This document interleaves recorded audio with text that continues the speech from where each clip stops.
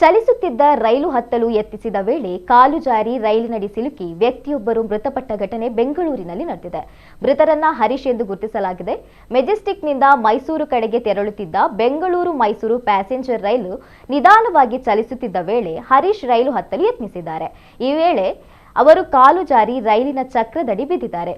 ವ್ಯಕ್ತಿ ಬಿದ್ದಿರುವುದನ್ನು ಗಮನಿಸಿದ ಪ್ರಯಾಣಿಕರು ತಕ್ಷಣವೇ ಚೈನ್ ಎಳೆದು ರೈಲನ್ನು ನಿಲ್ಲಿಸಿದ್ದಾರೆ. ಆದರೆ ಅಷ್ಟರಲ್ಲೇ ಹರೀಶ್ ಗಂಭೀರವಾಗಿ ಗಾಯಗೊಂಡು ಸ್ಥಳದಲ್ಲೇ ಮೃತಪಟ್ಟಿದ್ದಾರೆ ಎಂದು ತಿಳಿದು ಬಂದಿದೆ.